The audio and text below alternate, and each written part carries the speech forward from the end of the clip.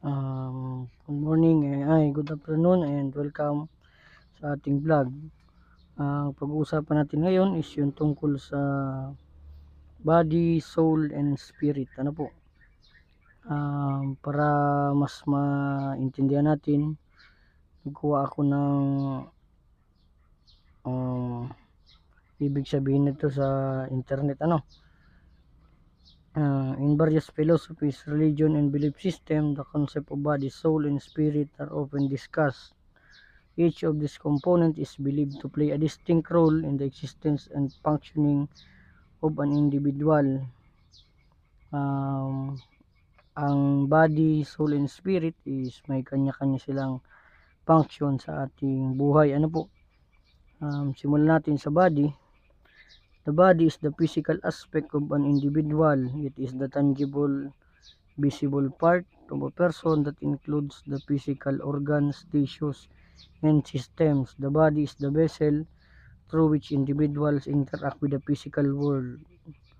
So, ang katawan daw, ito yung physical o tangible na hawakan o nakikita, visible part. Dito makikita yung mga physical organs, yung mga nasa loob ng ating katawan, mga tissues and systems, mga cells, kung ano-ano. And una, the function ng body. The body performs essential functions such as movement, sensory perception, digestion, respiration, and reproduction. Ito ang namamahala sa paggalaw, sa pandama, sa paningin, sa pangamoy, sa panlasa. Ito ay lahat ay nasa ating katawan. And connection to the physical world. The body allows individuals to experience and navigate the physical world through sensory perception and physical interactions. Yun nga, ang katawan natin ang kumukonekta sa ating mundo, sa ating mga physical na bagay sa mundong ito. And mortality, the body is mortal and subject to aging, illness, and death. So, alam naman natin yung lahat na ang katawan na ito ay na tumatanda, nagkakasakit, and namamatay ang katawan natin na ito. So, lipat tayo sa soul. Soul is often considered the spiritual or immaterial essence of a person. Ito ay kumbaga hindi siya tangible, hindi siya nahawakan, hindi rin siya nakikita.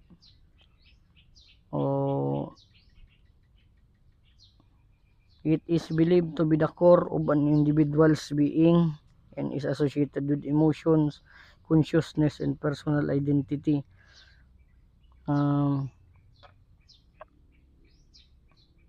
Kumbaga ito ang kumbaga tayo mismo, ang ating soul, yung ating mismong tayo. Ito ang nakakaramdam o nakakadama ng mga emosyon. Itong soul natin na nasasaktan, kahit ang physical body natin pag nasasaktan is nadideliver din sa soul. And yung consciousness, ang kamalayan natin ay ang kaluluwa natin ang nag-ooperate ng ating kamalayan sa mga bagay. And personal identity, ito yung ating talagang pagkakakilanlan, kung anong klase ba tayong tao, ay ito yung ating soul. Function, the soul is believed to be the seat of emotion, thoughts, and consciousness. It is often associated with the inner life and essence of a person's individuality. Yun nga ang sabi, yung namamahala sa emosyon, sa mga iisipin o iniisip natin, and kumbaga ito ang nasa ating panloob na buhay. Hindi ito yung pang physical. Ang nagagawa nito is tungkol sa emotions, sa mga ibang bagay na hindi siya physical. And dito magkakaroon tayo ng pagkakakanya-kanya. Dito pagkakaiba-iba ng ating personalidad, depende sa ating, at yung sabi ko nga, yung kaluluwa natin ang mismong tayo. Immortality. In the many belief system, the soul is considered immortal and may exist beyond the physical body, carrying the essence of an individual after death. Sinasabi dito na ang soul ay immortal, hindi namamatay.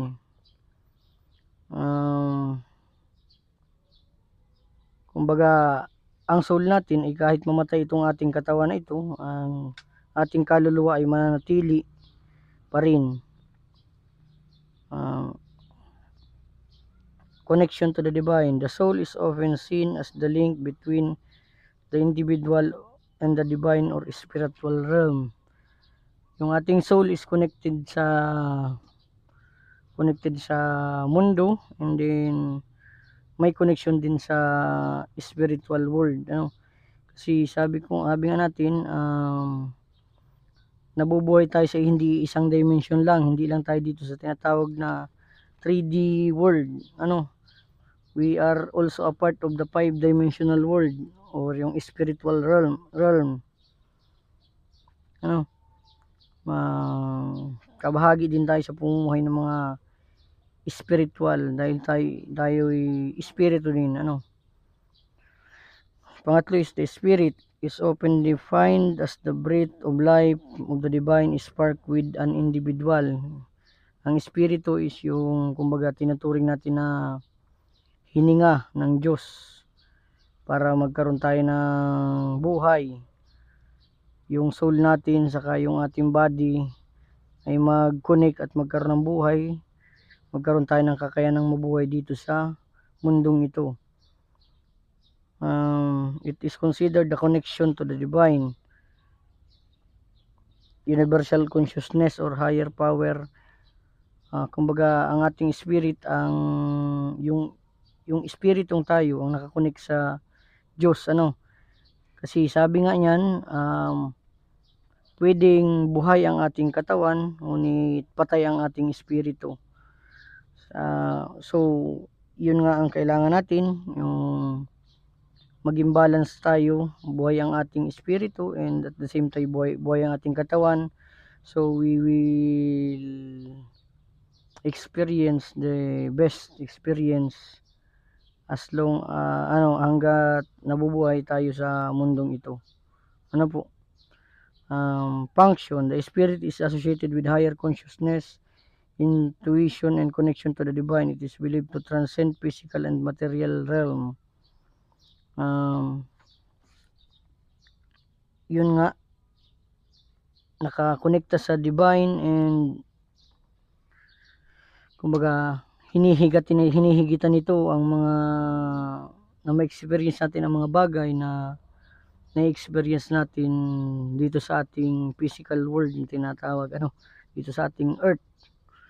Guidance and wisdom. The spirit is often seen as providing guidance, wisdom, and sense of purpose to individual. Ang spirit is nagbibigay sa atin ng guidance and karunungan. Minsan mararamdaman natin na minsan may nag-uudyok sa atin na hindi gawin ng isang bagay o gawin ng isang bagay. Kumbaga yung kutob, yung gut feelings natin na tinatawag, that is our intuition, nagsasabi sa atin na gawin o hindi gawin ng isang bagay. Minsan may mga bagay na kumbaga para tayong inuudyok na gawin.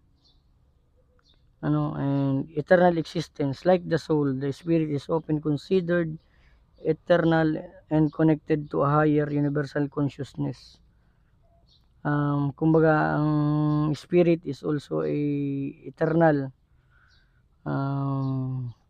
pang mataga, ano siya, pang kumbaga walang katapusan, infinite, kumbaga infinite ang ating spirit. Yun lamang muna patungkol sa ating